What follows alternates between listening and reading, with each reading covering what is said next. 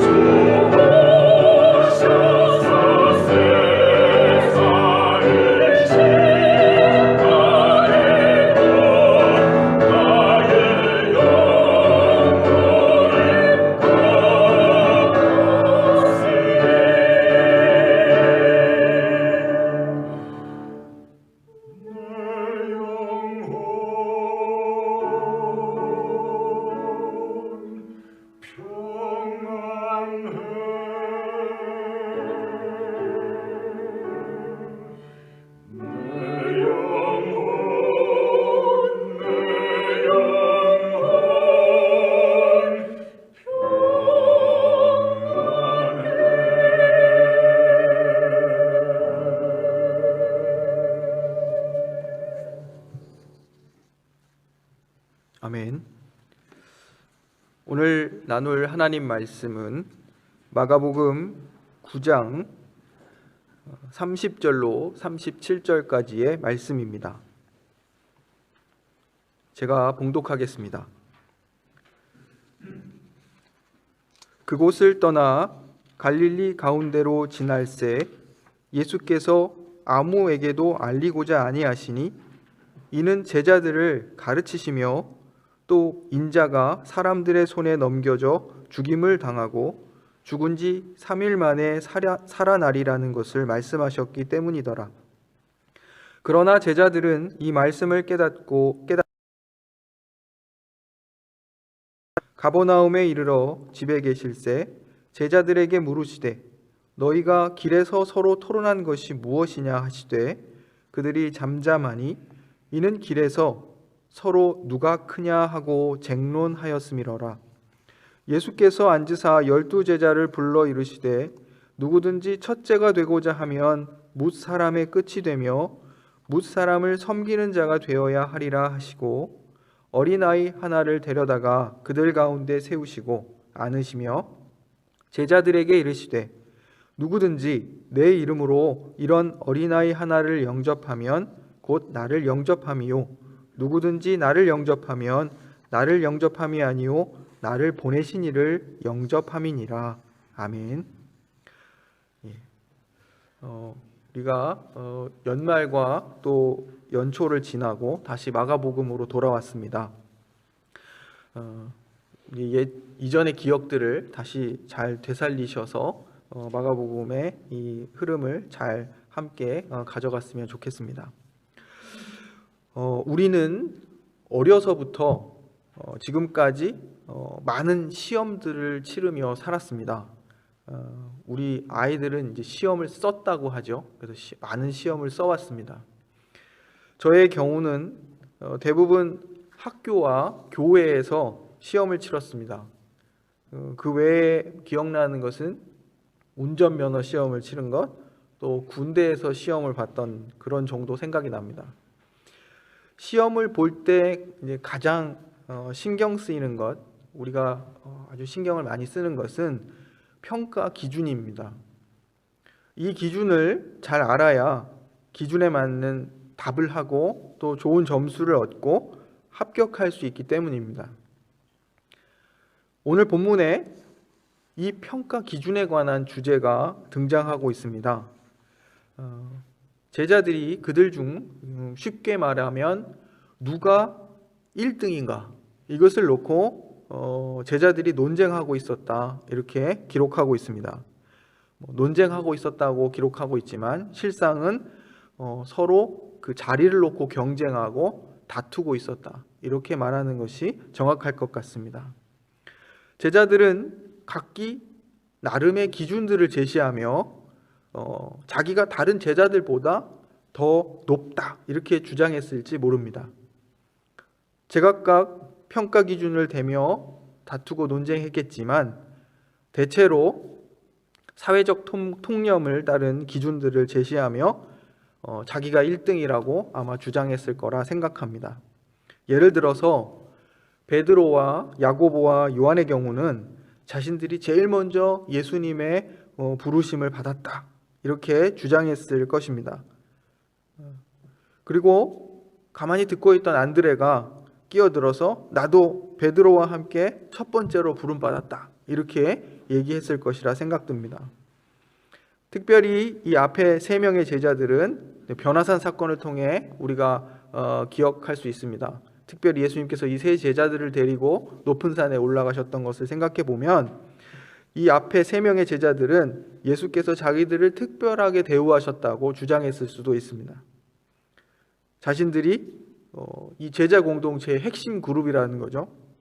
그리고 제자 공동체에 대한 자신들의 기여도가 다른 사람들보다 더 크다 이렇게 생각하고 있었을지 모릅니다. 예전에 우리 나기호 목사님께서 한번 예를 드신 적이 있었습니다. 설교하시면서 베드로에 관한 예를 한번 들어주셨었는데 독일 분들에게 설교를 하시다가 베드로가 예수님의 수제자였다 이렇게 말하였더니 독일 분들이 이해하지 못했다 이런 말씀을 하신 적이 있습니다. 그러면서 하신 말씀이 의식하지 않고 사용했던 말이 그 말 속에 제자들을 서열화하고 있는 우리의 관점을 발견했다 이렇게 말씀하셨던 것으로 기억합니다. 특히 한국인들은 이러한 서열화에 굉장히 익숙합니다. 늘 등수를 매기는 사회 속에서 자라오고 살아왔기 때문에 아마 그럴 거라 생각합니다. 이렇듯 스스로를 서열화하고 또 그것을 위해서 경쟁하는 이러한 것이 일반적 사회적 통념이고 어떤 질서들입니다. 세 번째의 순환예고 시에 어떤 일이 있냐면, 오늘 본문 말씀은 두 번째 순환예고 이후의 교훈인데, 세 번째 순환예고 후에는 급기야 이 세베대의 아들들인 야고보와 요한이 예수님께 따로 독대하여 주께서 영광을 얻으시면 자신들을 우편과 좌편에 앉게 해달라 이렇게 청탁하는 일이 발생합니다. 오늘 말씀은 누가 크냐를 두고 경쟁하며 다투는 제자들에게 예수님께서 세상의 기준, 즉 제자들이 가지고 있었던 그 기준과 전혀 다른 하나님 나라의 기준, 즉 예수님의 평가 기준을 제시하고 계십니다. 이제 본격적으로 오늘 본문 말씀을 살펴보겠습니다. 예수님께서 예루살렘으로 올라가시는 길에서 세 번에 걸쳐서 자신의 죽음과 부활에 대하여서 예고하셨습니다. 오늘 본문은 두 번째 순환예고와 관련된 교훈입니다. 첫 번째 순환예고 시에는 베드로의 신앙 고백이 있었습니다. 예수께서 죽음과 부활하실 것을 말씀하시자 베드로가 예수님을 가로막았다가 예수님께 꾸짖음을 받았습니다. 베드로는 예수님이 사람들이 나를 누구라 하느냐 이렇게 물으셨을 때 주는 그리스도십니다 라고 바르게 고백했지만, 정작 대답한 베드로는 그 그리스도 구원자가 어떤 구원자이신지 잘 알지 못하고 또 그 그리스도가 오셔서 하실 일이 무엇인지를 제대로 이해하고 있지 못한 상황이었습니다. 예수님은 하나님의 아들이시지만 하나님의 백성을 죄의 권세와 그 모든 압제로부터 구원하시기 위해 고난을 받으시는 하나님의 종으로 오셨습니다. 예수님은 십자가를 지기 위해 예루살렘으로 가시는 중이었습니다. 하지만 베드로와 제자들은 예수께서 예루살렘에서 왕이 되실 것을 기대하고 있었습니다. 오늘 본문은 크게 두 부분으로 구성이 됩니다. 첫 번째, 먼저 예수께서 아무에게도 알리지 않으시고 갈릴리를 통과해 가실 때에 제자들에게 인자가 사람들의 손에 넘겨져 죽임을 당하고 죽은 지 3일 만에 다시 살아날 것을 가르치셨습니다. 30절, 31절의 말씀입니다. 하지만 제자들은 이 말씀을 이해하지 못했고 이 말씀이 어떤 의미인지를 묻는 것조차 두려워했다. 이렇게 32절에 기록하고 있습니다.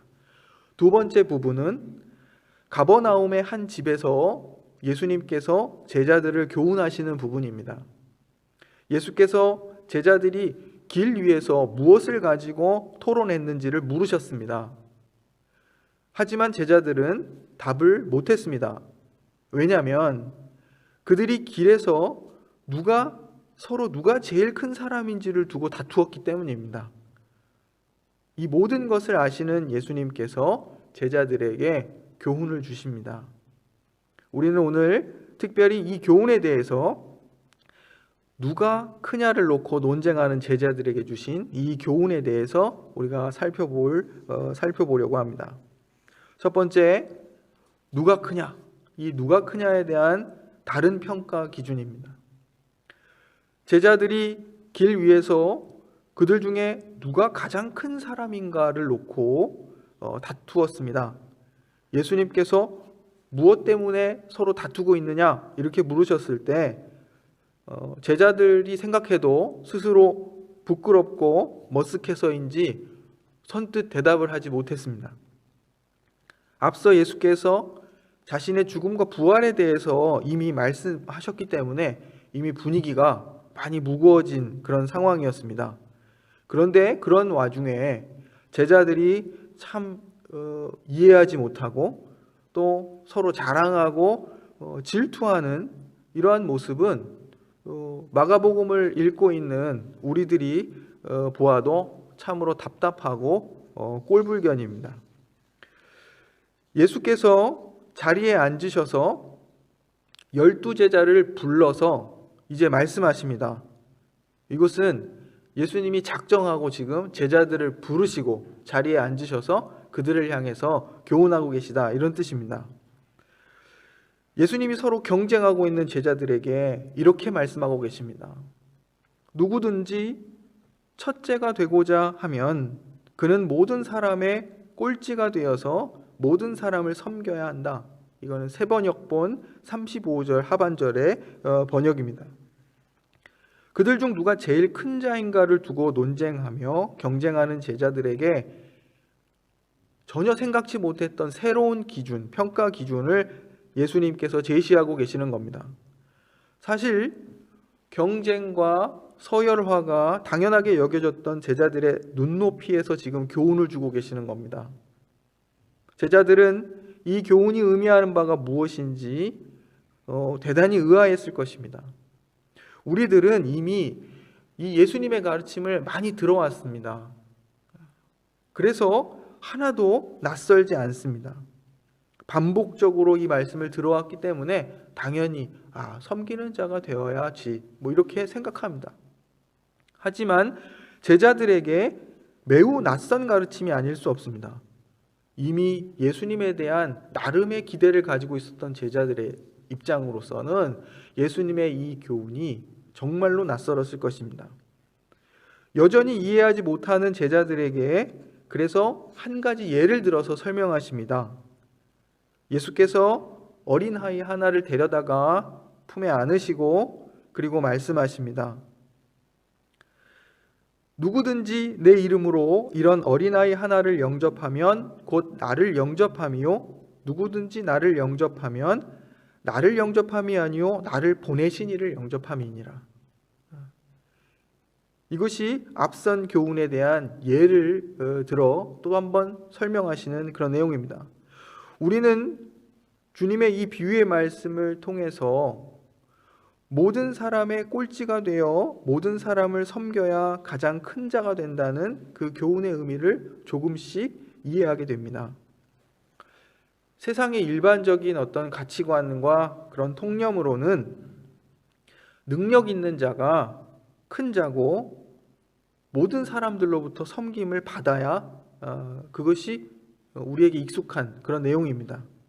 그런데 하나님 나라에서는 스스로 가장 작은 자가 돼서 모든 사람을 섬기는 자가 가장 큰 자이다, 이렇게 말씀하고 계시는 것입니다. 이 교훈의 의미를 더욱 확실하게 하기 위해서 주님은 어린아이를 품에 안으시고 그리고 이런 어린아이 하나를 영접하면 곧 예수님을 영접하는 것이라고 말씀하십니다. 당대의 어떤 사회적이고 문화적인 그런 맥락에서 보면 어린아이란 전혀 중요하지 않은, 그리고 아무런 사회적 지위가 없는 그런 존재를 의미하는 것입니다. 근대적인 우리 사고 속에서 보면 어린아이를 떠올리면 맑고 순수하고 때묻지 않은 존재, 이런 것들을 가장 먼저 떠올릴 수 있습니다. 사실 이러한 이런 생각들도 성경적인 가르침과는 거리가 먼 것입니다. 어린아이라고 해서 더 순수하고 깨끗하다, 이렇게 성경은 말하고 있지 않기 때문입니다. 인간은 죄인이라 이렇게 말하고 있습니다.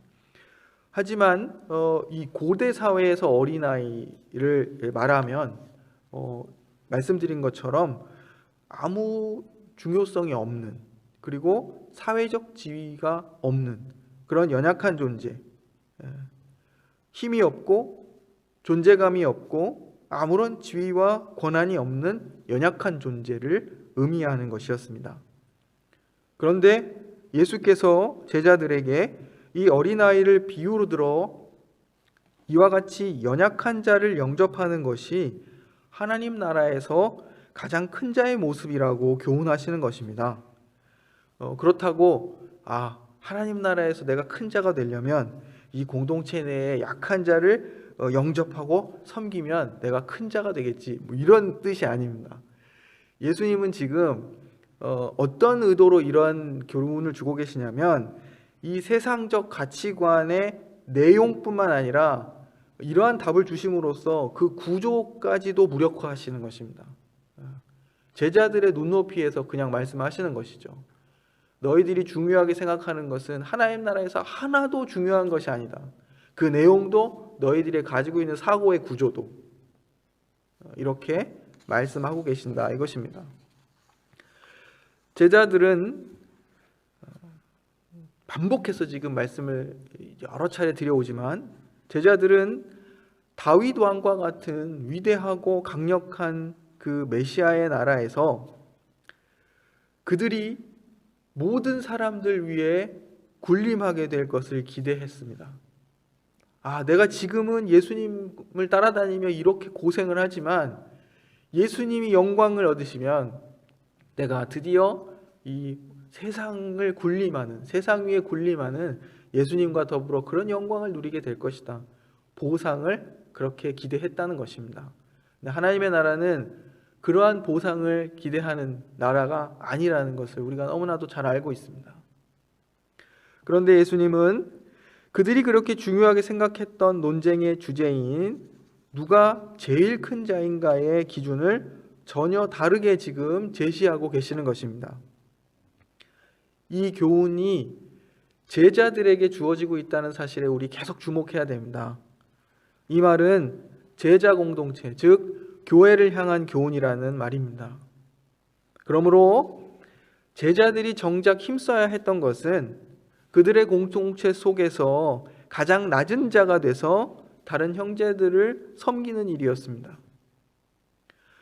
예수님이 어린아이를 영접하라고 하실 때 이 영접이 뜻하는 것, 그것은 비천하고 하잘 것 없고 약한 자를 환영하고 또 친구와 가족처럼 대하는 것을 말합니다.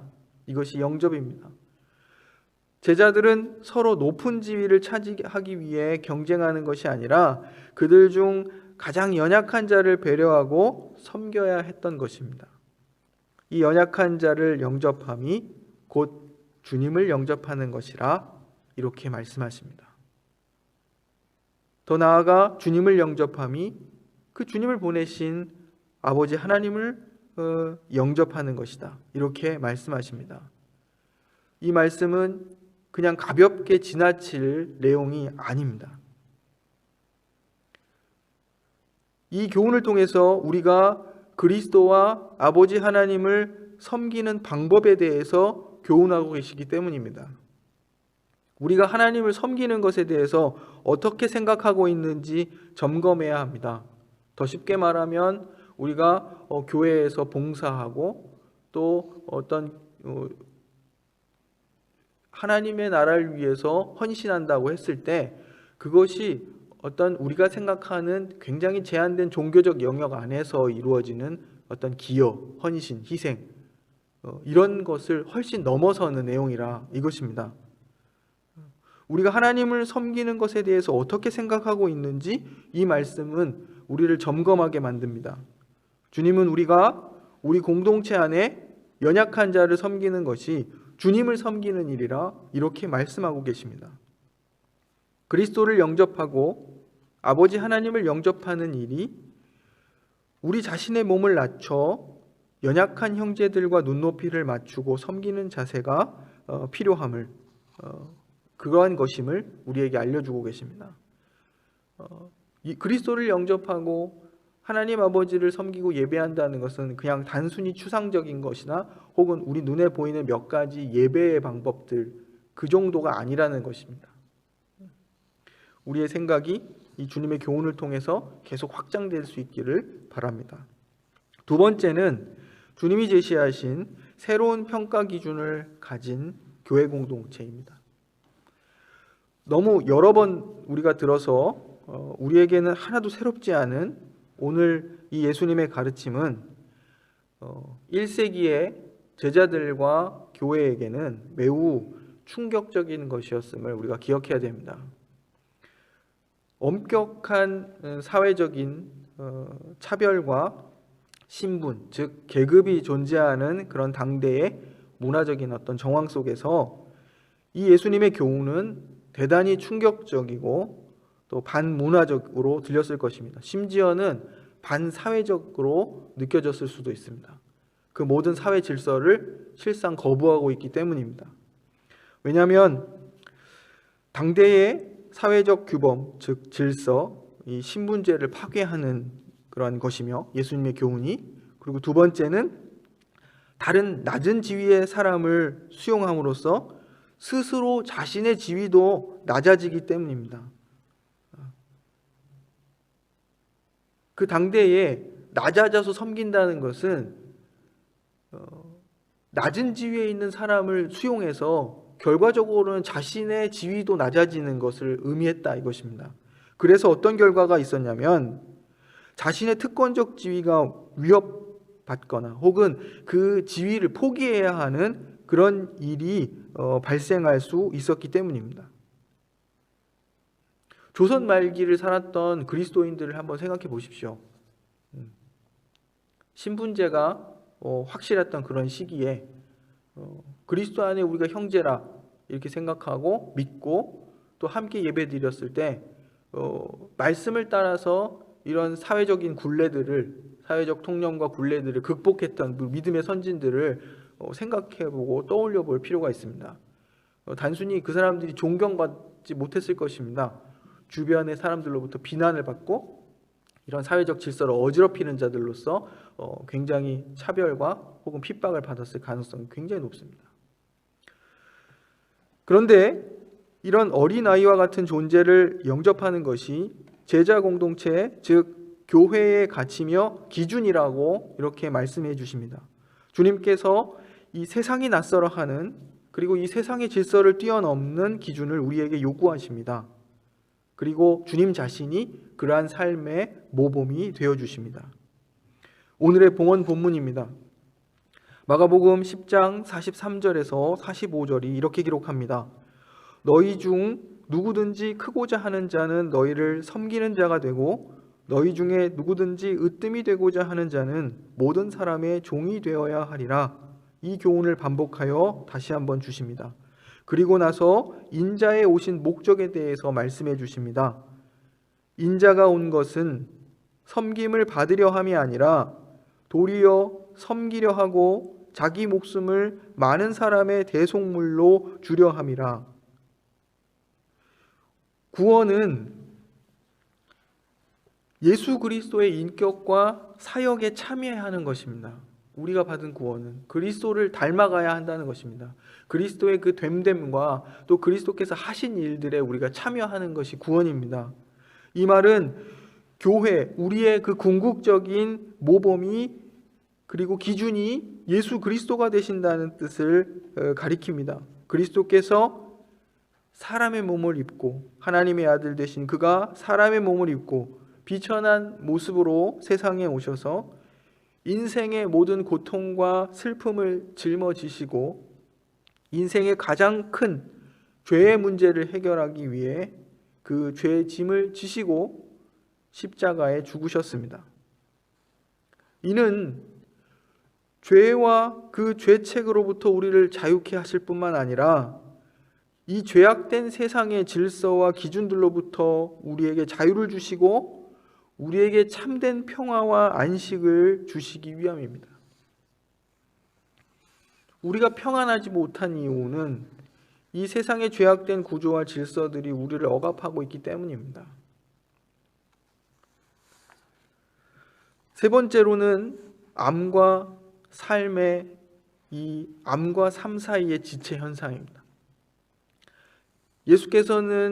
예수님은 우리를 부담 주시고 또 우리를 고통 주시려고 제자의 길을 요구하시는 것이 아닙니다. 주님은 그 누구보다 우리의 행복과 평안을 원하시는 분입니다. 근데 정말 행복한 길, 참된 평안이 어디로부터 오는가를 교훈하고 계십니다.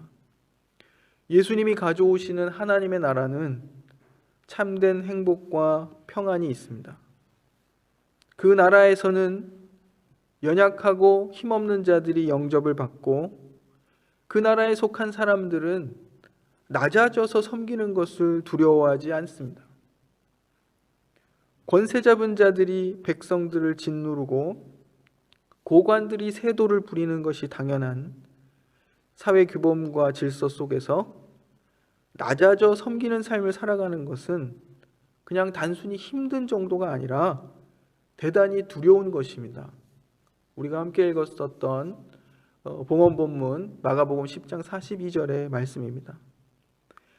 나의 지위와 특권을 포기하고 또 자기도 약한 자로 또 낙인 찍히고 사회적인 어떤 소외를 감수해야 할지도 모르는 그러한 상황입니다.